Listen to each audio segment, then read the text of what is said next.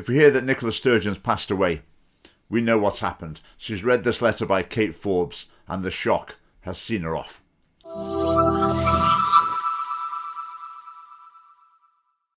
This is a letter written by Kate Forbes in 2014 to the then moderator of the Church of Scotland, I believe, in which Kate argues against women ministers in the church. Now again, as I say, when someone's in the firing line for saying something controversial, if I can agree with them publicly, I will. So I will say here, I do my personal opinion, as I do agree with Kate. The church I go to doesn't have female elders as well. I understand the mosque that Humza Yousaf is associated with doesn't have female imams as well. I mean, yet again, it is just perfect, isn't it? That Kate was going to be in hot water for defending the fact that it's male-only ministers in the Free Church of Scotland, and her main opponent, Humza Yousaf, is a Muslim. And as I say, female imams are thin on the ground, shall we say. I mean, I've been to an event at Edinburgh Central Mosque. There was even segregated seating, men on one side, women on the other side. What do I think of that? Don't know really. I mean, the women weren't excluded. They weren't treated any differently than the men. They just sat on different sides. Now, Kate wrote this letter anonymously. Obviously, well, I would imagine she was thinking something like, I'm very ambitious. I want to get to the top somewhere, and this might embarrass me. So I'll do it anonymously, then I'll be safe. Well, evidently not. So I'll read some sections from the letter and commentate as we go through. So here's Kate's letter. I am a woman, not just a woman, but called to be a woman. Not just a woman, but designed to be a woman. Not just a woman, but created in the image of God. I am a woman, and that means something. Now, Kate isn't addressing the issue of transgender ideology in this letter, obviously, but it's hardly irrelevant to it, is it? So Kate is saying to be a woman is a calling, it's a duty. How that could possibly align with transgender ideology, well, obviously it can't. It contradicts it. Now, when she says things are made in God's image, God is male, usual understanding, but no theological tradition has ever said that means that made in God's image means male as well. So made in God's image means, have a human soul or whatever. I won't go into that, but let's let Kate continue. Surely when Adam sang in awe at the woman before him, he saw something uniquely awesome.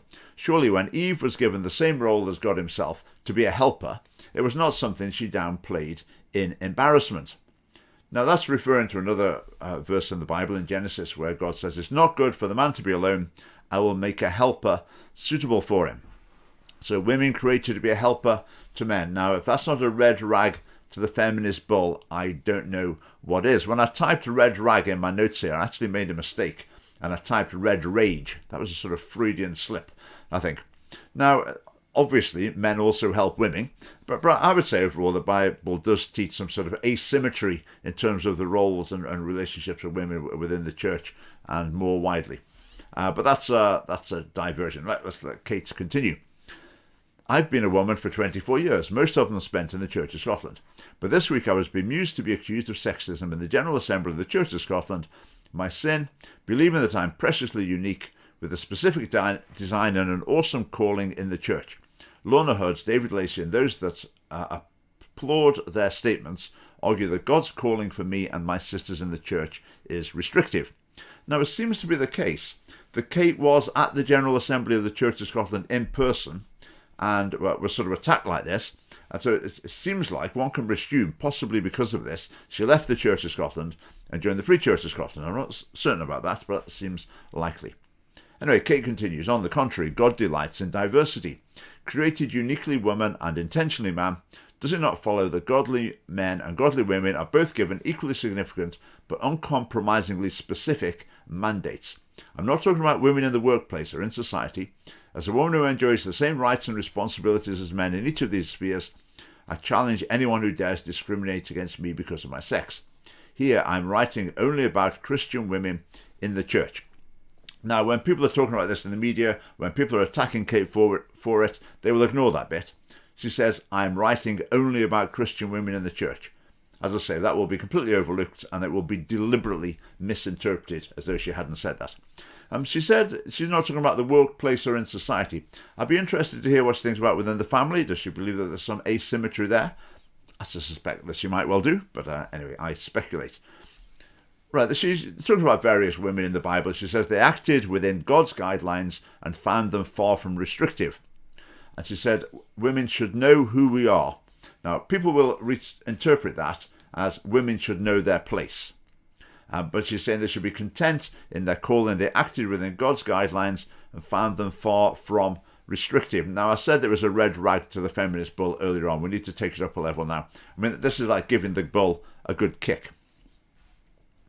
Right, Kate continues. It's a great injustice when we ignore God's plan for women in the church. His plan clearly states that, specifically within the church, I do not permit a woman to teach or to assume authority over a man. Right, we've had a red rag, we've given the bull a kick. Is it called an espada? That sword that is sort of stabbed the bull with to make it really angry? Well, we're at that level now. I mean, as I say, when Nicola Sturgeon reads this letter, she should have medical care on hand. Kate continues. Now, I admit that often I don't understand the whys of God's plans. I would agree with that. I'm a little uncertain about the reasons for this teaching about men and women within the church. I've got some ideas, but I won't occupy your time with my theological musings. Let's let Kate continue. So, safe in the knowledge that I am capable, equal, and cherished, I do not need to disobey God's command about preaching and assuming authority in the church. I do not need to do or to be what I am not called to do or to be. You can give me your culturally sensitive, historically contextualized, and feminist power arguments, but you'll forgive me, I hope, if I choose to believe the one who loves me with an everlasting love, who made me and who died for me before I believe you. She rejects feminist power arguments. As I say, I started with my bullfighting metaphors. I've run out of those. Stirring up the hornet's nest, throwing a hand grenade into it. I mean, this is just, as far as feminists are concerned, this is like explosive. Right, the next one. Ignoring his truth about women, we fulfill the prophecy of Genesis 3, that your desire shall be for your husband, and he shall rule over you.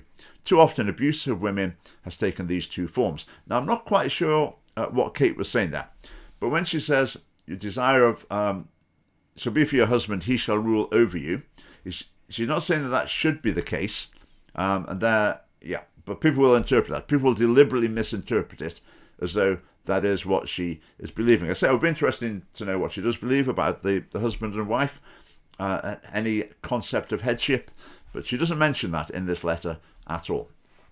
Right, Kate continues. These are talking about forms of abuse. One is obvious: oppression, suppression, aggression, and objectification at the hands of men.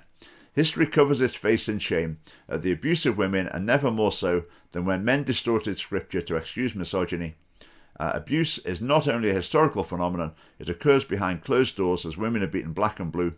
It suffers in the silence of the night as women are reduced to sexual objects. It watches on as false depictions demean and disgrace women. It is an abomination. Right, here. Those over here thinking, oh, men get abused too. Yeah, but Kate is writing on the subject of women here. The last line's talking about pornography. Obviously, pornography as promoted by the government in which Kate has been serving for several years. Right, she continues, but there's another form of abuse which may be less obvious, but just as enslaving. Compulsion to misuse, abuse, destroy and deceive ourselves at our own hands. So I hear the age-old lie, the true femininity lies in the pursuit of power over men. Differences must be suppressed. Equality becomes an art of cloning. I mean, that sounds pretty similar to Nicola Sturgeon's ideology of feminism. But yes, Kate, agree absolutely that male and female, are complementary. That's entirely in line with Scottish Family Party policy. It's entirely the opposite of SNP policy, which is all about quotas and just doing everything you can to make men like women and women like men so the differences are completely eliminated. And I think that leads to a lot of the gender confusion that people are suffering with in our society. Kate again, my femininity is not cultural, social, or religious construct. It is a God-given mandate. Now, again, to most feminists in Scotland, that is just heresy of the highest order, and Kate is a blasphemer against their core dogma. Wikipedia defines an anti-feminist as someone who believes that social arrangements among men and women are divinely determined. So, to some degree at least, that's exactly what Kate Forbes is saying. So I believe that she would meet the definition of an anti-feminist by Wikipedia's definition. So Kate says psychologists, doctors, and even politicians are under no illusions of the differences between the sexes. Well, I would disagree with that. They're very much under illusions about them. And this is back in 2014. The world hadn't gone quite as mad back then. But now politicians for sure are under many illusions about differences between the sexes. Differences to be embraced and enjoyed, yet too often women are under phenomenal pressure to become men. Alright, I'll just read Scottish Family Party policy. Men and women on average tend to have different priorities and interests. This diversity is positive and creative, not a problem to eliminate. We do not want to squeeze the sexes into uniformity, but to support men and women as they fulfil their own vision for their lives. Entirely in line with our policy. Right, the opportunities I enjoy in society were won for me by brave women, to whom I am incredibly thankful, says Kate. The Scottish Family Party says, feminists in the past fought some grave injustices in the UK, as they do in many other countries today. Snap. Kate says, God provides clear guidelines for how women and men are to relate to one another. A godsend, really, because we still can't seem to get it right. Absolutely agree. Well, Kate has really lit the blue touch paper under the feminist movement in Scotland. Female supremacist arch-feminist Sturgeon will be apoplectic. Kate basically agrees with Scottish Family Party policy, as far as we can tell. If Kate were to leave the SNP and join the Scottish Family Party, she would be leaving a foreign land and coming home. But yet again, Kate is going to find herself in hot water, and she'll have to decide whether or not to try and cover up what she believes here, trying to obscure them, say she's changed her mind, to apologise or whatever, for beliefs that are actually perfectly reasonable and, in my personal opinion, are true. Reasonable beliefs that would lead to a better society. Maybe, I hope that Kate will actually argue for them and make a positive case, but I think that's probably unlikely. I believe that contemporary feminism poisons male-female relationships. Now, I think the core principles of contemporary feminism, basically Kate doesn't believe them. So yet again, Kate Forbes has expressed a perfectly reasonable opinion, and again, retribution will be swift and terrible.